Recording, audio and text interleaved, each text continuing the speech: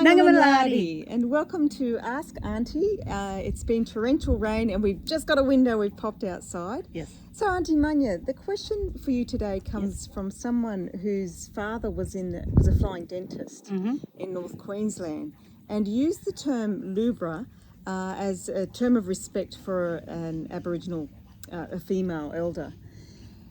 But they've since heard that it may not be so respectful. What's your feelings on that?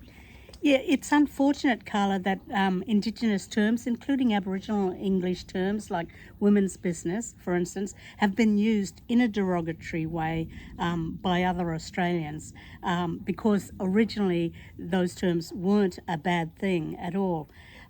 So, yes, I imagine that there are some Aboriginal people that would be offended by the use of these terms like lubra and gin, for example. But I think too there comes a time when we need to reclaim our Indigenous language, and it was marvellous to see the Aboriginal women's group Stiff Gins, for instance, reclaim that term gin. At the time it created a lot of furor. I know people of my age were, they shouldn't be doing that and that's terrible. And I thought, no, I love it, Stiff Gins, that's fantastic. So we might reach a point in our evolution where we can reclaim a word like lubra.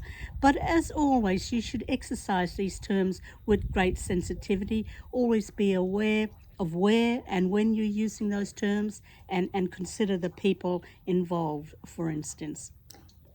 Thanks, Aunty Munya. And I just saw Stiff Gins recently at the Yabban Festival, so plug for Stiff Gins, they're amazing. Too deadly, they are. Ask Aunty.